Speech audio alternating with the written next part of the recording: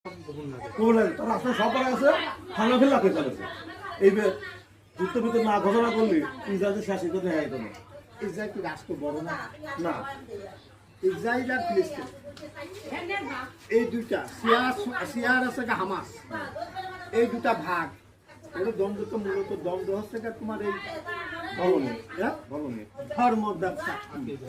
আজ না এই বিস্তারিত আমি পড়েছি শিখো আর কোথা যাক আমার প্রশ্ন, এই ইসরায়েল ফিলিস্তিনের যে ক্ষতি করলো বিশ্বের রাষ্ট্রে এমন ক্ষতি করছে মনে নাই শোনেন।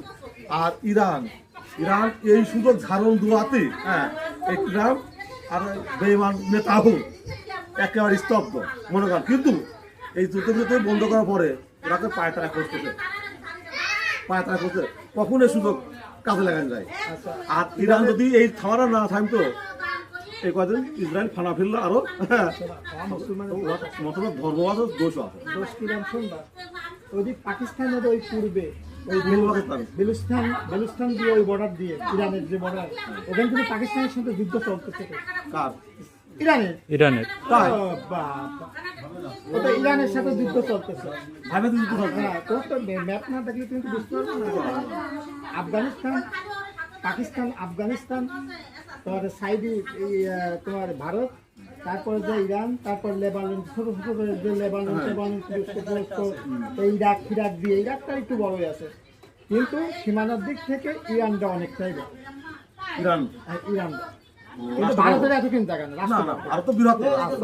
তবে ইরান এই যে পাকিস্তানের সাথে এই যুদ্ধ অঘোষিত যুদ্ধ কিন্তু চলছে, বেলুস্তানের সৈন্য কিন্তু পাকিস্তানের সৈন্য কিন্তু খুব সিরিয়াস।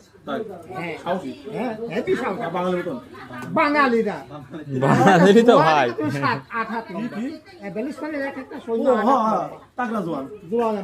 তোমার মতো 2-4 দিয়ে একবারে আমার ধরে আইডিও মারবি তা তুমি কিছু মনে করো না, তুই আক্কাই পারে এত সাহস।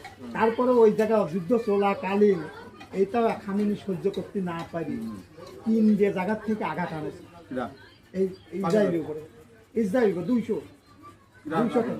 ইরান।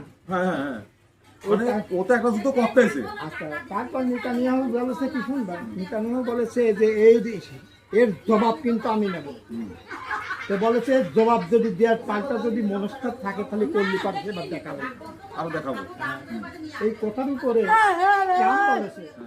এখন যুদ্ধবিরতি 12 দিন তো যুদ্ধ হলো, 12 দিন তো যুদ্ধবিরতি বন্ধ থাকে এরপর আর যুদ্ধ, কারণ বড় বড় নেতারা যখনই ঘোষণা দেয় তখন কিন্তু তার কারো ক্ষমতা হয় না যে একটা যুদ্ধ করে, যেহেতু সবাই মিলে যায় ওরা মারবে।